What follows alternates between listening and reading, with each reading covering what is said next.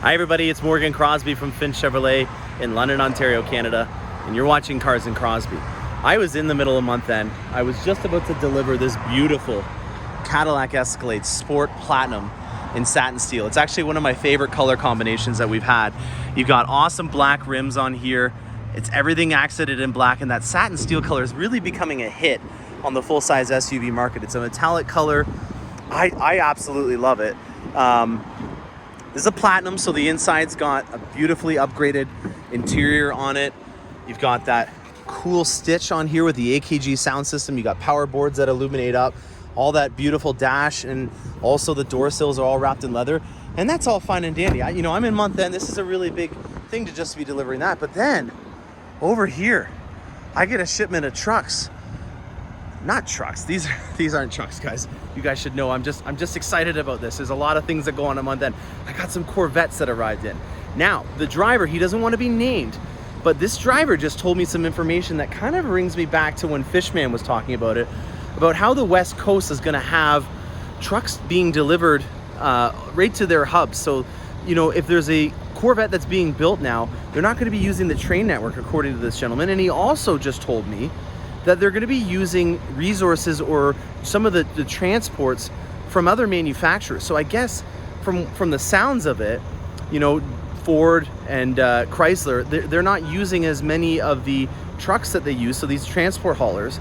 And so General Motors is taking advantage of that, and they're using them now to help distribute the Corvettes. Now, again, this is all just from the driver. I don't want to say that this is straight from General Motors in a news alert. So please do not hold me responsible. This is not worthy. The individual that told me this doesn't want to be on air. But I gotta say, if Fishman said it, I've also heard it from a couple of other people that they're trying to expedite this process in terms of getting the Corvettes to people faster. There may be some truth to this, and I think it makes a lot of sense, especially because while I was gassing up this Escalade over here, I ran into a Ford salesman, because a lot of dealerships, they have all their dealerships in and around the same area. And the Ford dealership, they had a salesman at the gas station who just wanted to talk about the Corvette and the Escalade and everything, and he mentioned to me that it was a 4-month wait for a Ford F-150 right now. So if there's a big wait on a lot of these vehicles, it makes sense that maybe they are getting some resources and some drivers that normally have contracts with Ford or with Dodge or Chrysler that are now going to be helping out in distributing these Corvettes.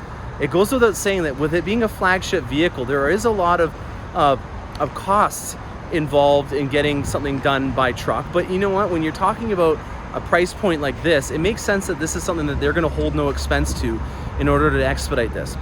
I haven't mentioned this, but there was a price increase on the Escalades, Tahoes, and Yukons, and one of the reasons why they were doing that was because they are going to be using air freight now to ship some components that they normally use by the water.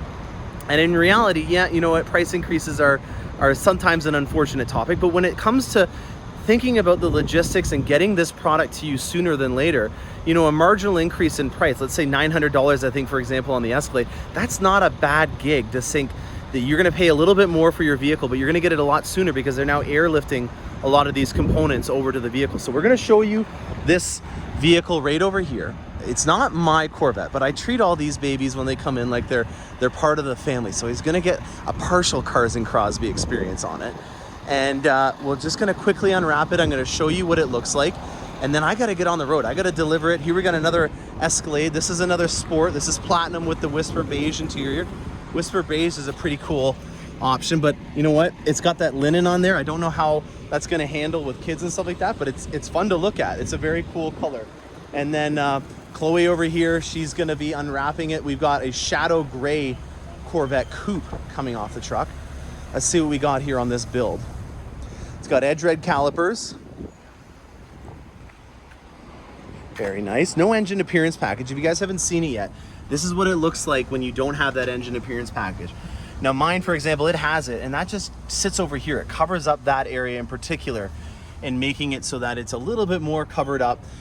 I had an individual reach out to me actually a couple days ago, and he says that he's come up with a cover system for in here for when you're washing your Corvette. I'm excited to try this out and see if it does anything in terms of helping out when you're cleaning your Corvette. Now, we've had shadow gray on here before. We had it with a Sky Cool gray interior. Now, these are the base rims. So these are the ones that come standard from the factory. and you'll see that all the accents, just like that Escalade Sport, they're all done in carbon flash metallic. So there's black accents all on it. We've got the black logos, which are standard. And then on the inside, we've got a GT2 seat. This is a 2LT, I believe. Yes, it's a 2LT. I can tell right away just by looking at the steering wheel and seeing the heated steering wheel there. I also can see that it has air-conditioned heated seats, and it has the Bose Performance Sound Series system in here. So we've got a black on shadow gray Corvette. This is a rare bird, seeing how it's now being replaced by hypersonic gray. And guys, I'm super excited about hypersonic gray. That to me is going to be a really cool color to look at. Now, VIN number on this one is 16824. So we already know that we're getting into the 19,000s of the VIN. So this one's been around for a little while. And it also makes sense about what that driver was talking about, with there being a backlog of Corvettes right now and that they're pooling resources to try to get them done. So that's very exciting news. It's nice to hear that we're taking away haulers from another manufacturer because we're so busy and we want to get these to you sooner than later. So I hope that that brightens up some people's days. I know I've been getting a lot of phone calls from people that have said, listen, I've heard good news. I am going to be getting a 21. It is going into production and I can't wait to show it. That to me, even though it's not my Corvette, I know what that kind of feeling is like. And I really like it when you guys share that kind of stuff, because this is a really, really exciting process. And it's really nice to let people know. It's like when your child graduates from university, you want to tell the world that happens. And when your Corvette gets announced that it's going to get built, I'm all ears. I love to hear that kind of stuff. So I am very excited to pass along that there are really good things coming on at Corvette. This is a short but sweet episode. I hope you guys enjoy this, and stay tuned for more awesome content, as I have 6 more. So this many plus one more. I have 6 more Corvettes that are on their way up or already being built. So stay tuned and happy motoring.